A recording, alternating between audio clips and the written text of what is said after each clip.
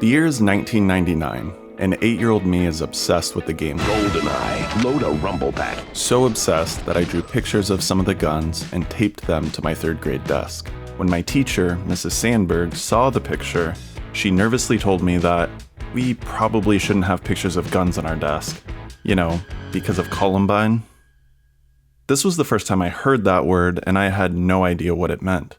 But very quickly, Columbine was all anyone could talk about. The 24-hour news cycle was in its infancy, and this story was a gold mine. People couldn't look away. A report from that time gives us a glimpse into the 90s dystopia that was mainstream media.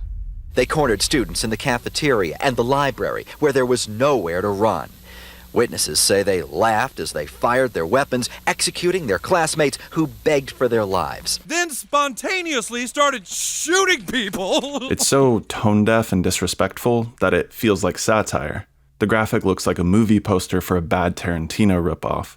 Cameras are shoved in the crying, swollen faces of victims after they've just escaped.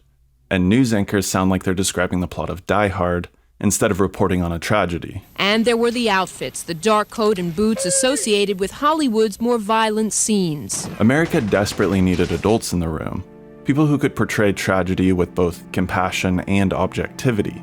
We needed an antidote to the callousness of the 24-hour news cycle. We needed the soft hands of an artist. Do you think it's a little dangerous handing out guns in a bank? No, an artist. I thought that drama could do something that maybe the journalists couldn't necessarily get at. You know, it could get someplace that the journalists wanted to, but it was difficult for them to get at. There we go. The approach needed to be empathetic but not melodramatic, realistic but not callous, violent but not exciting. It needed to proclaim that human tragedy is not for your entertainment. Gus Van Sant had directed Good Will Hunting a few years earlier, a feel-good drama nominated for 9 Academy Awards. He knew how to pull heartstrings and make an entertaining movie. Elephant, on the other hand, was nominated for 0 Academy Awards, but it was appreciated by people who understood the assignment. Roger Ebert wrote, "Gus Van Sant's Elephant is a violent movie, in the sense that many innocent people are shot dead, but it isn't violent in the way it presents those deaths. There is no pumped-up style, no lingering, no release, no climax, just implacable, poker-faced, flat, uninflected death." So, how did Gus Van Sant accomplish this? And what exactly was this thing he was getting at that journalists couldn't? Elephant creates the subjective experience of being in a school shooting, but it does this through an objective, observational style. For example, 20 minutes of the film, or roughly 25%, consist of follow shots. No dialogue, no drama, just long, uncut shots that follow a character as they walk from one place to another. If you'd like to learn more about follow shots, I highly recommend this video from Film and Media Studies, link in the description. The psychological effect of follow shots is something that resembles empathy, but not quite. Because we're denied the character's face, we don't empathize with them so much as become them. We observe and react to the environment as if we're literally in their shoes. They become an avatar that we embody. It's similar to the effect of a third-person video game, but instead of having agency, instead of directing the character, Hey, look, let's keep it smooth, homie. we're dragged along, tethered to characters. We have no idea where they're going or why. They just walk. This shooting style completely flies in the face of typical narrative storytelling, where the most important thing is communicating to the audience what a character wants, what causes them to take action. Instead of being drawn into the world through a character's goals and motivations, we're drawn in because we know that this ordinary world is about to be destroyed. Horrors like Columbine terrify us, and we need an explanation. So even if we don't have an answer, we find one. And we find it really too fast. After Columbine, everyone wanted to know why. What caused this tragedy, and how can we prevent it from happening again? This is the question that Bowling for Columbine and a slew of other films and books have tried to answer. It's in our interest to identify the reason why, so that we can feel safe, you know. We can identify the reason why so that we can feel that we're not part of it, that it's demonized. Elephant, on the other hand, does not want you to feel safe. Hey, you got... It wants you to feel what it's like to be in a school shooting. It wants you to experience what happened, not why it happened. And in order to feel what it's like, we need to experience a realistic portrayal of the normal world that existed beforehand. And so instead of using professional actors and working from a script, Van Sant casted normal high school students and worked from an outline. I wouldn't even think that, I would ever be in a movie. It's kind of weird, because you just look at the people on the screen and you're like, wow, that's awesome. But you never think one day you could be one of those people. And instead of dictating their motivations and actions, he instead created a realistic high school environment and let the students improvise and react to that environment in long, uncut shots. All of this creates a sense of immersion that you simply don't get in films that skip over the quiet in-between moments in order to focus on plot and character motivation. And this leads us to the most important quality of this film, its use of time and space. Most of the film takes place in the 10 or so minutes leading up to the shooting, but we experience those 10 minutes from various perspectives. What this means is that while we're following one character, we see other characters that we had previously followed. So, for instance, when these three characters cross paths, we experience it 3 different times from 3 different perspectives. Like all of the events in this movie, it doesn't carry any story significance, but I can't emphasize enough that this moment and moments like it are incredibly important for creating immersion. And it does this in several different ways. First, it allows us to form a picture of where each student is located in the moments leading up to the shooting. Second, it gives us a more accurate picture of the layout of the school. Students who have spent hundreds and hundreds of hours walking through their school know exactly where everything is. You can't replicate that amount of knowledge in an hour and a half, but long continuous follow shots that cross each other in time and space give us reference points for forming a mental map of the school.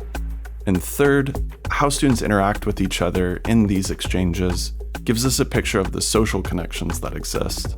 John, for instance, seems to know everyone, but doesn't belong to any specific group. Even the shooters know him and actually warn him not to go in the school. Eli has fewer social connections, but is well connected in his photography niche. And Michelle seems to have 0 social connections. The only interactions she has are with teachers. If we look at an overhead map of the school, we can actually follow the path of these 3 students and the interactions they have in the moments before the shooting. And all of this leads to the anomaly, the reason the movie exists, and the reason we're watching these mundane interactions. Right before the normal world is destroyed, something interesting happens. The presence of guns feels so out of the ordinary that people have a hard time processing the danger.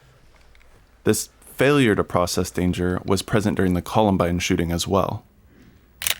I convinced myself that it was paintball, it was a senior prank, and he started spraying the ground in front of us, and you could kind of hear it and see it, and Dan went down, and I felt like a sharp pain in my foot, and then seconds later, maybe at the same time, my knee felt like it went out, and then this knee got hurt, and then it felt like somebody punched me in the chest. And I put my hand up to ask for help, just figured it was paintball, it hit a nerve, whatever. And he said, sure, I'll help you. And I looked up a little bit, and he didn't grab my hand. And so I just laid back down, and he put the shotgun right behind my ear and pulled the trigger. This reaction feels relatable to me. I think that we all have, to some degree, a refusal to believe that something like this could happen to us. And this makes us disconnect from the event and downplay it. And from the outside looking in, my instinct is to treat it like a problem that needs to be solved. Even writing this now, I catch myself asking, what was their motivation? Why did they do it? But the reason is elusive, like trying to explain why a tornado hits or a volcano explodes. If we were positive about reasons why we thought this happened specifically, that we'd probably have put them in, but it was always so elusive exactly why. that it's almost like it could be the weather, you know, and so we show like the clouds, you know, and it could be madness, you know, so we show him holding his head, and it could be the video games that they're playing, it could be things being thrown at him in the classroom.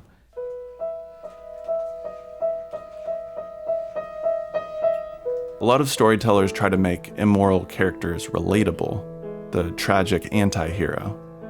If we can understand why, we can forgive what. But there's no justifiable reason to shoot up a school, and that's an uncomfortable position to be in as a storyteller. It's why there are so few films about school shootings and even fewer good ones. How do you tell that story without making it either morbidly entertaining or nihilistically tragic? There's no greater good, no lesson learned, no redemption arc that makes it make sense. But random, senseless violence is a fact of life, a fact we'd rather ignore. And what Elephant gives us, what journalism can't, is the experience of what it feels like to be inside a meaningless tragedy. The recognition that the victims were just like us. That meaningless suffering can happen to anyone. Journalism that diagnoses problems and policy that tries to fix them are essential. I don't want to diminish that work. But if mass shootings are increasing, not decreasing, maybe it's because explaining away a tragedy isn't enough. Sometimes a tragedy needs to be witnessed. Sometimes it needs to be felt. And the victims, and yes, even the perpetrators, need to be seen as people, as one of us. Because there's really no reason why it couldn't be you. Well. Who it is? Dude, come on, don't do this. Mimmi? Stupid fuck. Meanie. What the hell are you doing? Miney? Please. Mo. Don't. This isn't something you want to do. Tiger. By his toe. Please. If he hollers, let him Fucking sick. go. Don't do this. Eeny, meeny, miny,